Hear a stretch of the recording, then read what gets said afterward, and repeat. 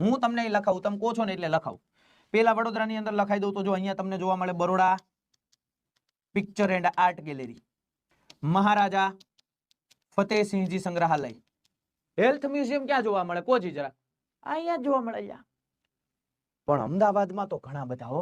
જોજો જોજો, લખજો સંસ્કાર કેન્દ્ર.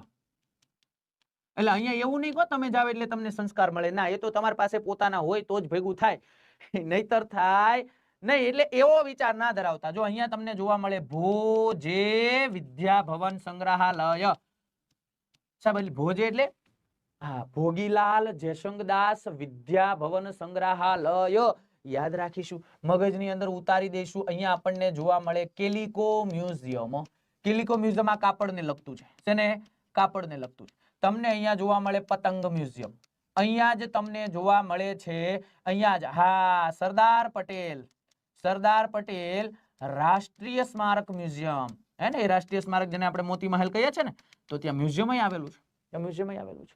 આ જ અમદાવાદમાં આપણને જોવા મળે છે લોથલ મ્યુઝિયમ. અહીંયા જ આપણને જોવા મળે છે ગુજરાત વિદ્યાપીઠ મ્યુઝિયમ. આપણને જોવા મળે છે બીજે મેડિકલ મ્યુઝિયમ.